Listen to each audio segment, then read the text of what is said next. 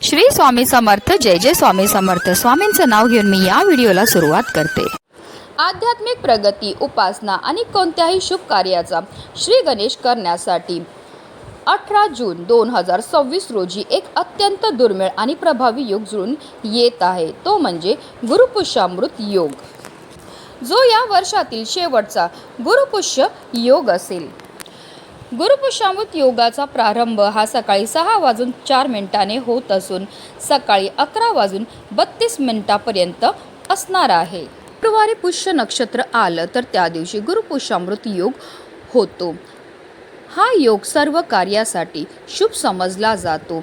या योगावर सोने चांदी खरेदी केली अत्यंत शुभ मानले जाते. त्यात वृद्धी होते. अशुभतेपासून वाचण्यासाठी गुरुपुष्यामृत योग श्रेष्ठ आहे. पुष्य नक्षत्र सर्व प्रकारच्या कार्यासाठी अत्यंत शुभ मानले गेले आहे. पुष्याचा अर्थ पोषण करणारा, शक्ती देणारा, ऊर्जा देणारा. पुष्याचे आधीचे नाव तिष्य असे. त्याचा अर्थ आहे शुभ, सुंदर, सुख संपदा देणारा. पुष्य नक्षत्र अतिशय शुभ आणि कल्याणकारी आहे. ऋग्वेदात पुष्याला तिष्य म्हणजेच मंगलदायक किंवा मांगलिक तारा असे म्हणण्यात आले आहे. गुरुपुष्यामृत योगामध्ये माता लक्ष्मीच्या पूजनाला विशेष महत्त्व दिलं जातं. तसेच आपल्याला या पूजेसोबत लक्ष्मी स्तोत्राचे पठण करायचे आहे. असं केल्याने जीवनात सुख समृद्धी येते. लक्ष्मी देवीच्या कृपेने धनप्राप्ती होते. पैशासंबंधित काही समस्या असतील तर गुरुपुष्यामृत योगामध्ये लक्ष्मीची पूजा करावी. गुरुपुष्यामृत योगामध्ये पूजा, मंत्र, तंत्र, संकल्प, साधना, जप करण्यासाठी उत्तम आहे. या दिवशी हाती घेतलेल्या कामामध्ये यश मिळण्यासाठी आपल्याला आपल्या कुलदेवीची मनोभावे पूजाही करायची आहे. अक्षय तृतीयेप्रमाणे हा दिवस शुभ मानला जातो. या योगात तुम्ही जे काही काम करतात ते यशस्वी होते. कुटुंबाची प्रगती होते.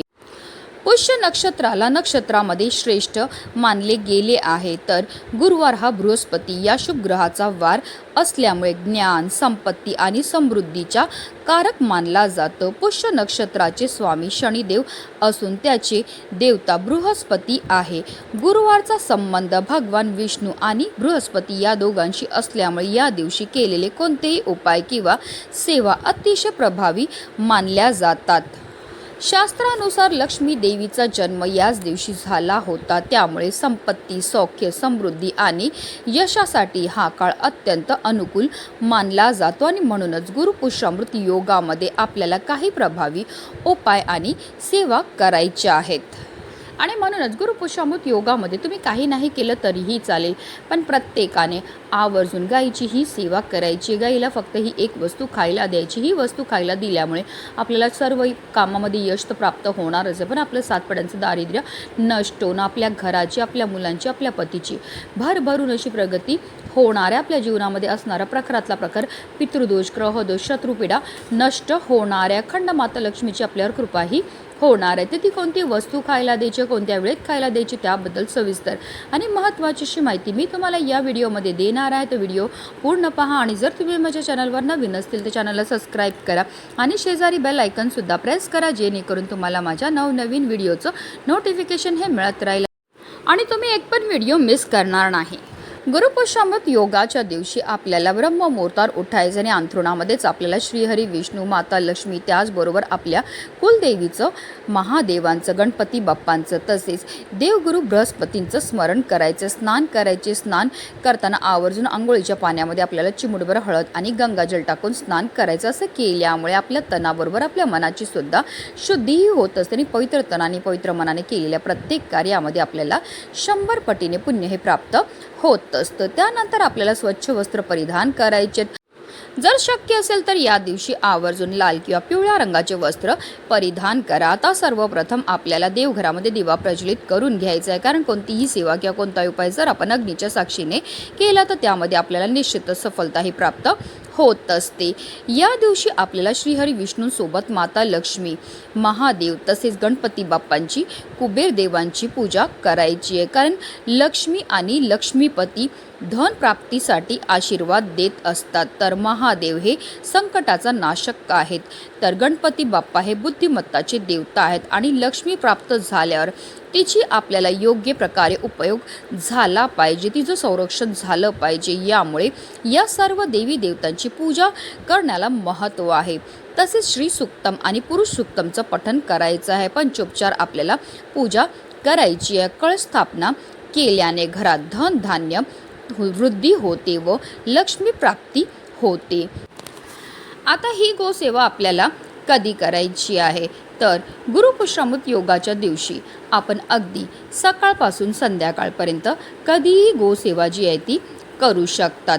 कारण हिंदू धर्मामध्ये गाय गंगा गायत्रीला अनन्यसाधारण असं महत्त्व आहे. गायीचा जन्म हा समुद्र मंथनातून कामधेनू गायीच्या रूपामध्ये झाला होता. त्याचबरोबर माता लक्ष्मीचा जन्मसुद्धा समुद्र मंथनातूनच झाला होता. म्हणूनच गायीला माता लक्ष्मीचं स्वरूपसुद्धा म्हटलं जातं.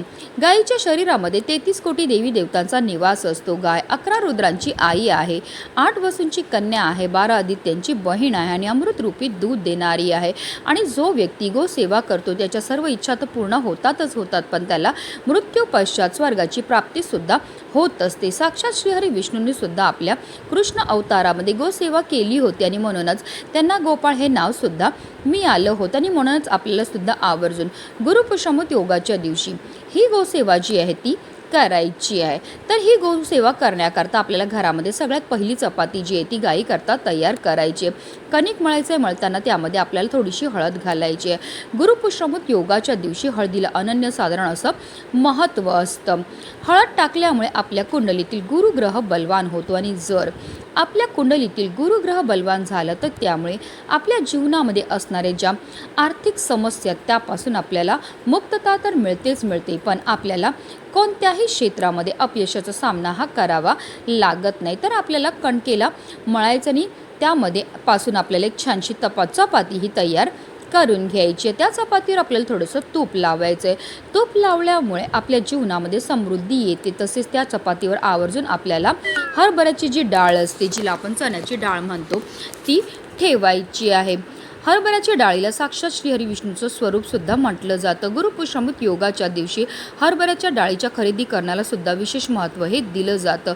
तुम्ही सोनं चांदी नाही खरेदी केली तरीही चालेल, पण अगदी 10 रुपयाची का होईना आवर्जून आपल्याला हरभऱ्याची डाळ जी आहे ती खरेदी करून आपल्या घरी आणायची. अशी ही हरभऱ्याची डाळ जी आहे ती आपल्या घरी आणल्यामुळे साक्षात श्रीहरी विष्णूंना आपल्या घरी आणल्यावर आपल्याला पुण्य हे प्राप्त होत असतं. आता आपल्याला मूठभर हरभऱ्याची डाळसुद्धा त्या चपातीवर ठेवायचे. त्याचबरोबर आपल्याला गुळाचा खडासुद्धा त्या चपातीवर ठेवायचा आहे. गायीला गुळ खायला दिल्यामुळे आपल्या कुंडलीमध्ये असणारे जे ग्रह दोष आहेत त्यापासून आपल्याला मुक्तताही मिळत असते. राहू केतू शनी मंगळ दोषापासून आपल्याला मुक्तताही मिळत असते. किंवा तुम्ही अगदी पिवळी केळीसुद्धा गाईला खायला देऊ शकतात. अगदी हिरवा चारासुद्धा गाईला खायला देऊ शकतात. गाईला हिरवा चारा खायला दिल्यामुळे आपल्या कुंडलीतील बुध ग्रह बलवान होतो. बुध ग्रह हा नोकरी व्यवसाय करिअरशी संबंधित मानला जातो आणि जर आपल्या कुंडलीतील बुध ग्रह बलवान झाला तर त्यामुळे आपल्याला नोकरी व्यवसाय करिअरमध्ये भरभरून यश प्राप्त व्हायला लागतं. तर या 3 वस्तूपैकी आपण कोणतीही एक वस्तू जी आहे ती गाईला खायला देऊ शकतात. ती अगदी तुम्ही 3ही वस्तू गाईला खायला दिल्या तरीही चालणार आहे. गाय जर तुमच्या घरी असेल तर घरच्या घरी तुम्ही गोसेवा करू शकतात किंवा एखाद्या गोठ्यात जाऊ शकतात, गोशालेमध्ये जाऊ शकतात किंवा वाटेत कुठेही तुम्हाला गाय ही भेटणार आहे. गायीजवळ गेल्यावर सर्वप्रथम तिच्या दोन्ही पायावर आपल्याला पाणी हे अर्पण करून घ्यायची आहे. तिची आरती आपल्याला करून घ्यायची आणि त्यानंतर ही जी चपाती आहे ती आपल्याला आपल्या हातातनं गायीला खायला द्यायची. कारण असं म्हटलं जातं जेव्हा गाय आपल्या हातातनं या वस्तू खाते आणि तिची जीभ आपल्या हाताला लागते त्यामुळे आपल्या जीवनामध्ये असणारे जे दोष आहेत दारिद्र्य ते दूर होण्यामध्ये मदतही मिळत असते. त्यानंतर आवर्जून आपल्याला गायीभोवती 11 प्रदक्षिणा करायच्या आहेत. प्रदक्षिणा मारताना निरंतर आपल्याला ओम नमो भगवते वासुदेवाय नमो या प्रभावी मंत्राचा जप हा करायचा. 11 प्रदक्षिणा करून झाल्यानंतर आवर्जून आपल्याला गायीच्या पायाखालची थोडी माती उचलायची, तिने आपल्या कपाळावर आपल्याला टिळा हा लावायचा आहे. कारण जो मनुष्य गायीला हाताचा स्पर्श करून प्रदक्षिणा करतो तसेच तिच्या चरणाखालील धूळ मस्तकी लावतो त्याला पृथ्वी प्रदक्षिणेचे व सर्व तीर्थांमध्ये स्नान केल्याचे पुण्य हे प्राप्त होतंच. आता जर गाय स्पर्श करून देत असेल तर आवर्जून आपल्याला गायीच्या पाठीवर हात फिरवायचा आणि आपल्या मनातली इच्छा ही बोलायची आहे. अशा रीतीने आपल्याला ही गोसेवा जी आहे ती करायची. अतिशय उच्च कोटीची ही सेवा केल्यामुळे आपल्या जीवनामध्ये असणारा प्रखरातला प्रखर पितृदोष, ग्रहदोष, शत्रुपीडा तर नष्ट होणारच आहे, पण आपलं 7 पिढ्यांचे दारिद्र्य नष्ट होणं, आपले कितीही कठीणातील कठीण इच्छाही साक्षात श्री हरी विष्णू आणि माता लक्ष्मी पूर्ण करणार आहेत. म्हणूनच व्हिडिओ जास्तीत जास्त लोकांपर्यंत शेअर करा, जेणेकरून प्रत्येकाच्या आयुष्याचं कल्याण हो, हीच मनामध्ये इच्छा. श्री स्वामी समर्थ. जय जय स्वामी समर्थ.